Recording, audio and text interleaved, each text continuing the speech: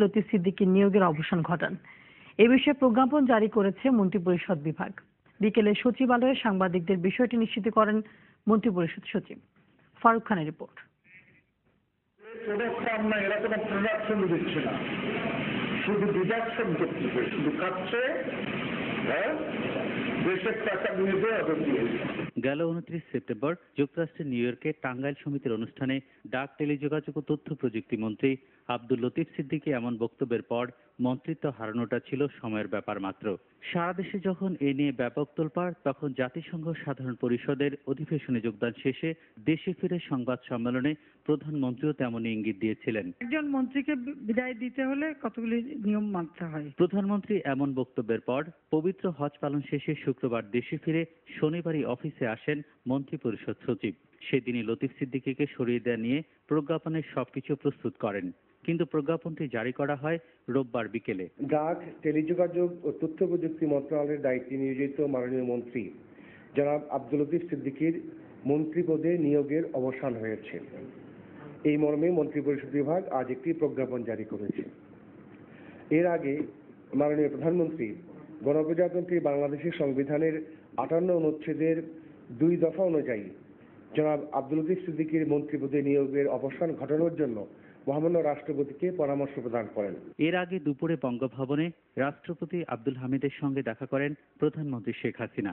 এ সময় মন্ত্রিপরিষদ সচিব মোহাম্মদ মোশাররফ হোসেন ভূঁইয়াও সেখানে উপস্থিত ছিলেন। পরে বৈঠকের বিষয়ে কথা বলেন প্রধানমন্ত্রীর তথ্য উপদেষ্টা। মাননীয় প্রধানমন্ত্রী তার সিদ্ধান্ত দিয়ে মহামান্য রাষ্ট্রপতির কাছে ফাইল পাঠিয়েছেন। মহামান্য রাষ্ট্রপতি অনুমোদন দিয়েছেন। অব্যাহতি দেওয়ার যে প্রজ্ঞাপন সেটি জারি হয়ে গেছে এবং সেখানে কি অবস্থায় তাকে অব্যাহতি দেওয়া হয়েছে ক্যাবিনেট ডিভিশন থেকে সেটিও আপনারা পেয়ে যাবেন। লতিফ সিদ্দিকীকে সরিয়ে দেওয়ার পর ওই পদে নতুন কাউকে নিয়োগ দেওয়া হবে কিনা তা এখনো নিশ্চিত নয়। অন্য কাউকে নিয়োগ না দেওয়া পর্যন্ত ডাক, টেলিযোগাযোগ ও তথ্য প্রযুক্তি মন্ত্রণালয়ের দায়িত্ব সরাসরি প্রধানমন্ত্রীর হাতেই থাকবে। ফারুক খান, RTV, ঢাকা। গেল সেপ্টেম্বরে প্রধানমন্ত্রীর সঙ্গে সরকারি সফরে মার্কিন যুক্তরাষ্ট্র গিয়ে এক অনুষ্ঠানে তিনি হজ ও তাবলিগ জামাত নিয়ে বিতর্কিত বক্তব্য দেন। এরপরই সর্বত্র সমালোচনার ঝড় ওঠে। এ নিয়ে কথা বলেন আওয়ামী লীগের সিনিয়র নেতারা সহ খোদ প্রধানমন্ত্রীও। লতিফ সিদ্দিকীর তীর্যক মন্তব্য ও মন্ত্রিত্ব হারানোর আদ্যোপান্ত জানাচ্ছেন নাইমামু। হতে পারে যে তোর মালিকরা হলো জাল সন্তান জিয়ার এরশাদের জঙ্গি শাসনের। আব্দুল লতিফ সিদ্দিকী টাঙ্গাইলের বিখ্যাত সিদ্দিকী ভ্রাতাদের একজন। নিজেকে দলের অপরিহার্য অংশ মনে করার মানসিকতা তাকে জবাবদিহিতার ঊর্ধ্বে নিয়ে গিয়েছিল যেন। বিভিন্ন সময় তার লাগামহীন বক্তব্য, মারমুখ আচরণ সেটি প্রমাণ করেছে। আমি যুদ্ধ অপরাধকে স্বীকারই করি না, তারা কেউ যুদ্ধ অপরাধী নয় এবং এই ক্ষেত্রে আমি মুজাহিদের সঙ্গে একমত।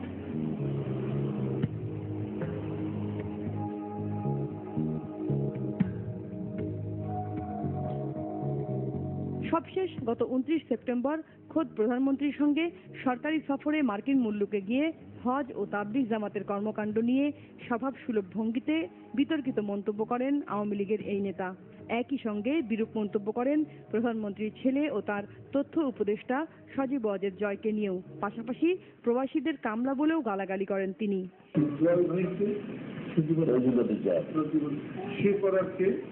মানে ওনার একটা প্ল্যান, আমরা সেইটা বলো ওনার একটা প্ল্যান, তুমি সেই প্ল্যানটা করতে পারো, সিদ্দিকুর রহমানও করতে পারে, সেও করতে পারে। লতিফের এসব মন্তব্যের পর থেকেই দেশ বিদেশে সমালোচনার ঝড় চলছিল। এই বক্তব্যের পর তার বিরুদ্ধে দায়ের করা হয় ডজন খানেক মামলা। দল ও মন্ত্রিসভা থেকে তাকে অপসারণ সহ শাস্তির দাবি তোলা হয় বিএনপি ও নানা সংগঠন থেকে। একই দাবিতে বিক্ষোভ করে ধর্মীয় সংগঠনগুলো। ইন্টারপোলের মাধ্যমে তো বাংলাদেশে বহু অপরাধে যারা মারা আছে তাদেরকে আনা হয়, কেন মাননীয় মন্ত্রী লতিফকে তার মাধ্যমে এনে সুবিচার করা হবে না? জাতি এটা জানতে চায়। তাতেও দমে যাননি লতিফ। আন্তর্জাতিক গণমাধ্যমে জানান তিনি যা বলেছেন ঠিকই বলেছেন, বক্তব্য থেকে সরে আসবেন না তিনি। লতিফ সিদ্দিকীকে মুখ ফোড় বলে আখ্যায়িত করেন আওয়ামী লীগের ভারপ্রাপ্ত সভাপতি সৈয়দা সাজেদা চৌধুরী। লতিফ সিদ্দিকীর বক্তব্য দলীয় বক্তব্য নয় বলেও দাবি করেন তিনি। মুখফোড় অনেকেই আছে, তো যার এটা তো স্বাধীনতা, তো স্বাধীনভাবে উনি যা বলেছেন সেটা আপনারা গ্রহণযোগ্য হতে পারে না। এর আগে লতিফ সিদ্দিকী যখন নিউ ইয়র্কে বসে এসব বক্তব্য দিচ্ছেন, প্রধানমন্ত্রী তখন লন্ডনের পথে। হিথ্রো বিমানবন্দরে নেমে তিনি লতিফ সিদ্দিকীর এসব মন্তব্য সম্পর্কে জানতে পারেন এবং পরে তাকে মন্ত্রিসভা ও দল থেকে অব্যাহতির সিদ্ধান্তের ঘোষণা দেন। আমি কিন্তু এতটুকু দেরি করিনি সিদ্ধান্ত দিতে। লতিফ সিদ্দিকী যে বক্তব্য দিয়েছে তাতে সরকার বেকায়দায় পড়েছে আমি মনে করি না, উনি নিজেই বেকায়দায় পড়েছেন। ঈদ ও পূজার ছুটি শেষে শনিবার বিতর্কিত এই রাজনীতিবিদকে মন্ত্রিসভা থেকে অপসারণের প্রস্তুতি চূড়ান্ত করা হয়। মাননীয় প্রধানমন্ত্রী আমাকে বলবেন, তাহলে আমি একটা সামারি তৈরি করবো, সই করবো, মাননীয় প্রধানমন্ত্রী সই করবেন, মহামান্য রাষ্ট্রপতি সই করবেন, তারপর প্রজ্ঞাপন জারি করবো। মন্ত্রিত্ব থেকে বাদ পড়ার পর লতিফ সিদ্দিকী এবার বহিষ্কার হতে পারেন দলের উপদেষ্টা মণ্ডলীর সদস্য পদ থেকেও।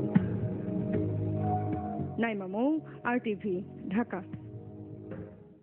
এদিকে লতিফ সিদ্দিকীকে দলীয় সদস্য পদ থেকে বাদ দেওয়ার চূড়ান্ত সিদ্ধান্ত নিতে আওয়ামী লীগের কার্যনির্বাহী কমিটির বৈঠক চলছে। গণভবনে সন্ধ্যা 6:30টার দিকে শুরু হওয়া বৈঠকে দলের সভানেত্রী প্রধানমন্ত্রী শেখ হাসিনা উপস্থিত আছেন। লতিফ সিদ্দিকী দল থেকে বাদ পড়লেও তার সংসদ সদস্য পদ বহাল থাকবে। সংবিধান অনুযায়ী কোনো সাংসদকে দল থেকে বহিষ্কার করা হলেও তার সংসদ সদস্য পদ যায় না, সেক্ষেত্রে তিনি স্বতন্ত্র হয়ে যাবেন। আর দলের প্রাথমিক সদস্যের পদ থাকলে দলীয় হিসেবেই থাকবেন তিনি।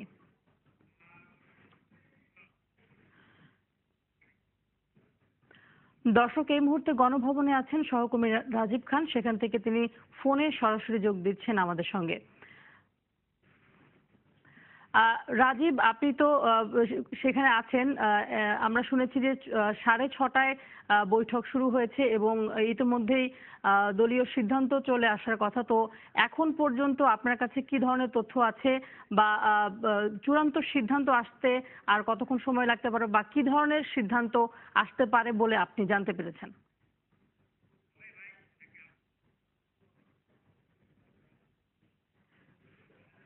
রাজীব খান, আপনি কি শুনতে পাচ্ছেন?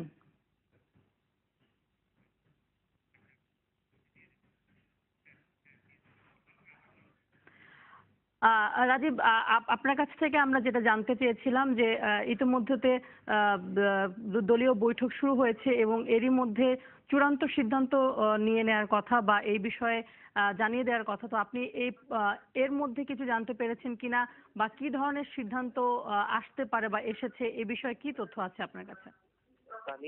এই কিছুক্ষণ আগে 5 মিনিট আগে বৈঠক হলো। বৈঠকের আওয়ামী লীগের কেন্দ্রীয় কার্যনির্বাহী সংসদের এই বৈঠকে প্রধান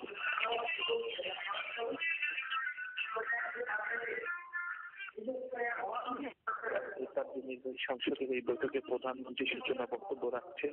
এই মধ্যে তার বক্তব্য চলছে এবং এই বৈঠকে তিনি প্রথমেই পূজা, হিন্দুদের যে ধর্মীয় উৎসব শারদীয় দুর্গা উৎসব এবং মুসলমানদের ঈদ উল আজহা সুন্দরভাবে উদযাপিত হওয়ায় তিনি সবাইকে ধন্যবাদ জানান, দেশবাসীকে ধন্যবাদ জানান। তারপরেই তিনি বক্তব্যে মূলত আসেন কাদের আব্দুল লতিফ সিদ্দিকী, যিনি যুক্তরাষ্ট্র সফরকালে ধর্মীয় বিভিন্ন বিষয় নিয়ে আপত্তিকর মন্তব্য করেছেন। প্রধানমন্ত্রী মূলত এখনই সেই বিষয়ে আওয়ামী লীগ এবং তার অবস্থান তুলে ধরছেন, সেই বিষয়ে তিনি বক্তব্য দিচ্ছেন এবং তিনি এই সময় একটি কথা এইমাত্রই বললেন যে আওয়ামী লীগ ধর্মনিরপেক্ষ দল হলেও কোনো মতেই ধর্মের বিপক্ষে বা ধর্মের অবমাননা কাউকেই এই দলে রাখা হবে না এবং এই মূলত তিনি স্পষ্ট করে দিচ্ছেন যে আজকে ইতিমধ্যেই যে ডাক ও টেলিযোগাযোগ মন্ত্রণালয়ের দায়িত্বে ছিলেন আব্দুল লতিফ সিদ্দিকী, সেখান থেকে ইতিমধ্যেই তিনি অপসারিত হয়েছেন এবং সম্ভবত যে প্রধানমন্ত্রী তার বক্তব্যে যে ইঙ্গিতটি দিচ্ছেন সেটি হলো আওয়ামী লীগ থেকেও তাকে একটি বহিষ্কার করা হবে, কারণ কোন ধর্মকে কটূক্তি করে কেউ আওয়ামী লীগ করতে পারবে না বলে ইতিমধ্যে প্রধানমন্ত্রী তার সূচনা বক্তব্যের শুরুতে স্পষ্ট করে জানিয়ে দিয়েছেন এবং বলা চলে এক প্রকার যে হয়তোবা এই বৈঠকের মধ্য দিয়েই আব্দুল লতিফ সিদ্দিকী, যিনি দীর্ঘদিন আওয়ামী লীগের 50 বছরের অধিক কাল ধরে আওয়ামী লীগের রাজনীতির সঙ্গে যুক্ত রয়েছেন, তার হয়তোবা এই আওয়ামী লীগের রাজনীতির একটি পরিসমাপ্তি ঘটবে বলে অনেকে বা আমরা ধারণা করছি। কানি জি রাজীব, ধন্যবাদ আপনাকে। দর্শক, গণভবন থেকে আওয়ামী লীগের কার্যনির্বাহী কমিটির বৈঠক সম্পর্কে জানাচ্ছিলেন সহকর্মী রাজীব খান। জ্ঞাত আয় বহির্ভূত প্রায় 11 কোটি টাকার সম্পদ গোপনের অভিযোগে কারাগারে যেতে হলো কক্সবাজার 4 আসনের সরকার দলীয় সাংসদ আব্দুর রহমান বদিকে। আয়কর রিটার্ন দাখিলে এই সম্পদ গোপন রাখায় দুদকের মামলায় ঢাকা মেট্রোপলিটন ম্যাজিস্ট্রেট মোহাম্মদ মারুফ তার জামিন আবেদন নামঞ্জুর করে জেলে পাঠানোর নির্দেশ দেন। তামজিদ অনির রিপোর্ট।